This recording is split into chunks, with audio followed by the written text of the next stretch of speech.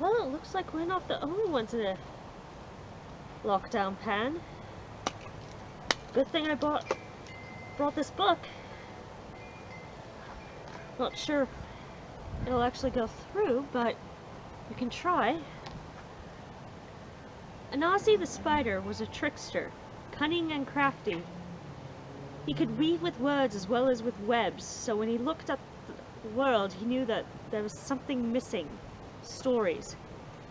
Not the stories he spun, full of fantastic lies and clever deceits, but stories to be told around a fire to ward off the darkness of night. Stories to spark the imagination and breathe life into the unknown. To be told to children before they fell asleep, and then to be passed on from father to son and mother to daughter, and so on and so on. And where were all these stories? Anansi knew full well where they were. With Niam, the sky god, locked in a wooden box.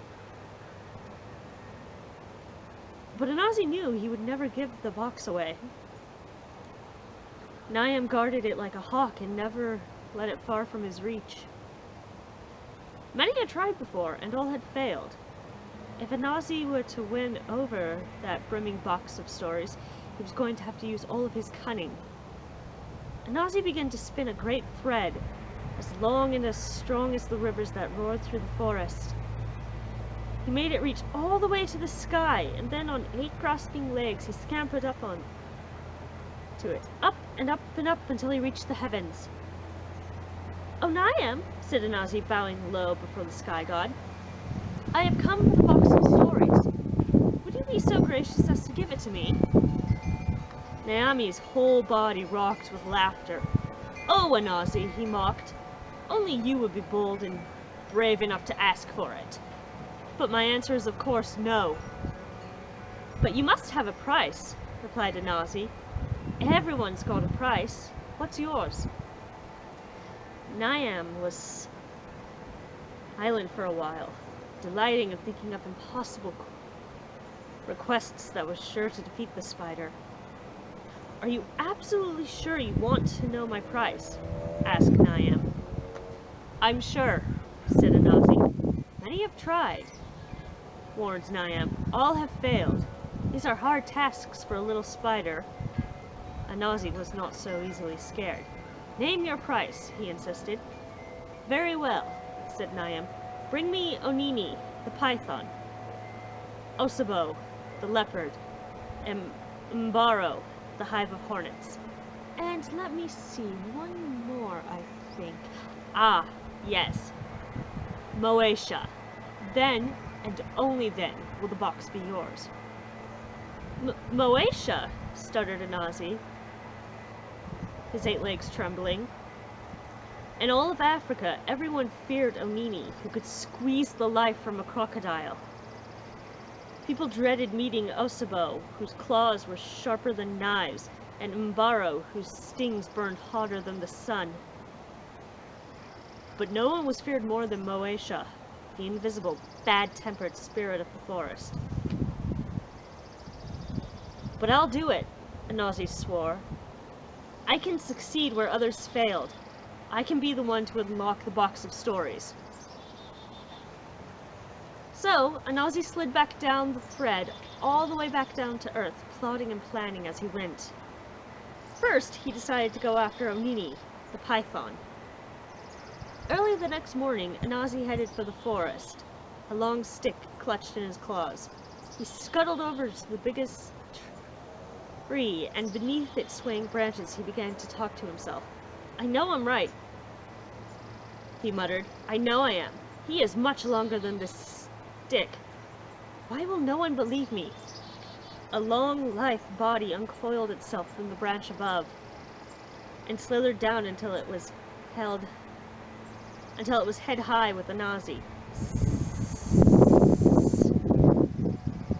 "What is this you are talking about, Anansi? And you have woken me up from my slumbers. How dare you?" "Onini, I am so sorry," groveled Anansi. "I didn't see you there. I have been telling everyone how long you are the longest and greatest snake in the forest. I've Head, you are even longer than this huge stick. But not a single animal will believe me. Fools, said the snake. This is easily sorted. Let me lay myself out on the ground. Then I will prove that I am the greatest. I will make this stick look like nothing more than a twig beside me. Then the great Onini slid down from the tree and stretched himself out alongside the stick. Anansi worked like lightning, darting this way and that, spinning his silken thread around the python until he was trapped fast around the stick.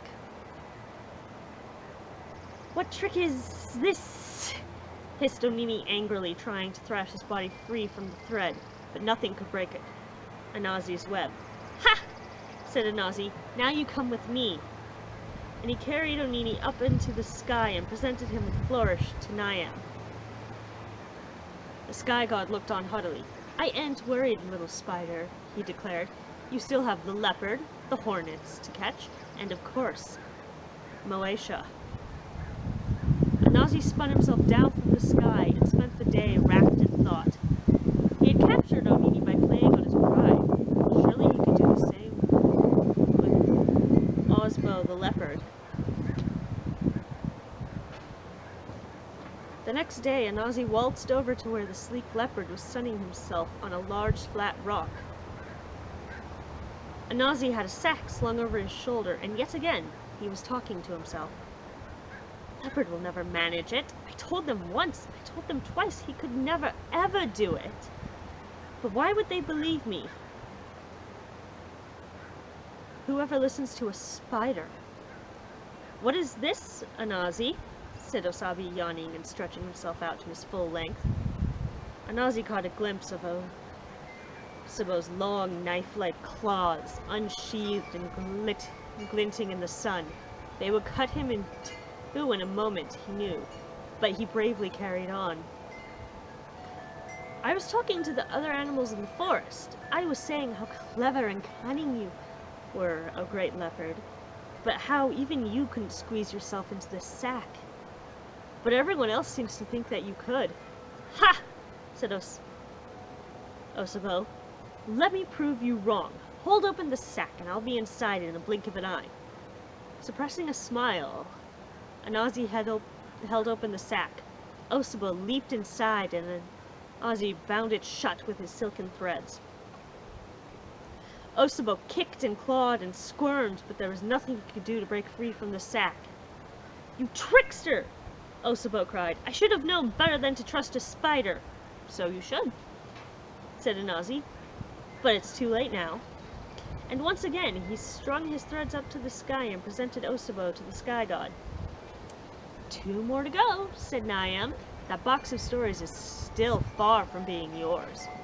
And Anansi knew it.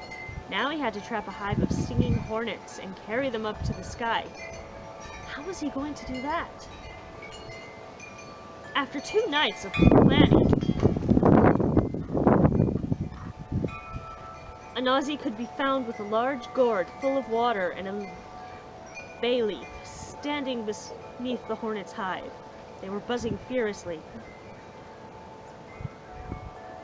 Anansi thought for a moment of their poker-hot stings, and then he thought of the box of stories brimming with unspoken words.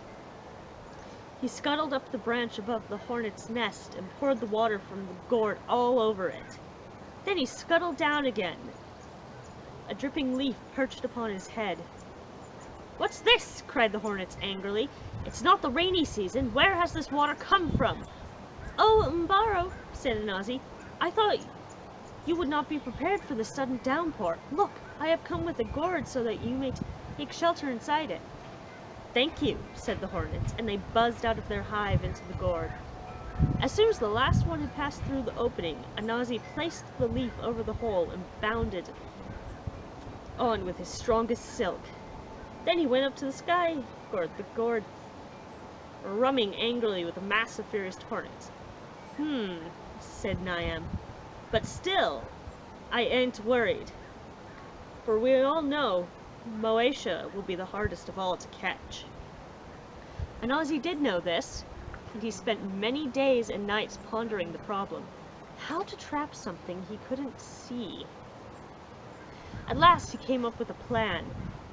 He carved a little wooden doll and covered it with sticky sap from a gum tree. Then he went and hid it deep in the forest, in the place he knew Moesha loved to be. And then he chose a hiding spot beneath a canopy of leaves, and he watched and waited. There was a rustling of leaves, but nothing to be seen. The rustling grew louder and came closer. Anansi felt a brush of wind against his cheek, and then he heard a voice, the voice of Moesha. "Why won't you talk to me?" the voice hissed. Anansi whipped around. Was Moesha talking to him? Then the voice came again. "How dare you be so rude?" With relief, Anansi realized his trick was working. Moesha was talking to the wooden doll.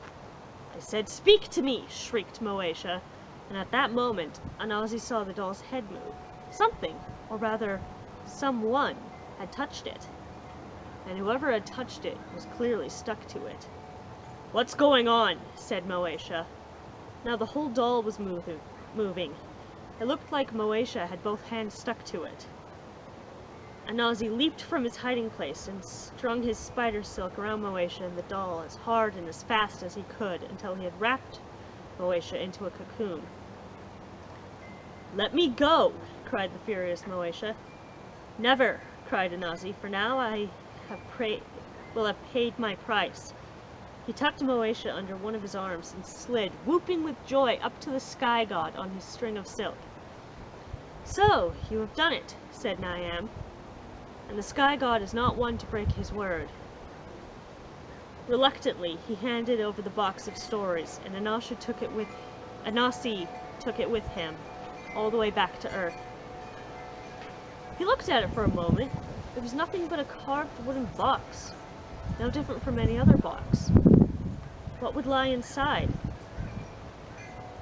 Had all of his work been for nothing? He flipped open the lid with one of his legs, and out spilled the stories. Word upon word filled the air with their hum. They spun out and beyond to the ears of man, and Anansi knew nothing would ever be the same again, for he had given stories to the world.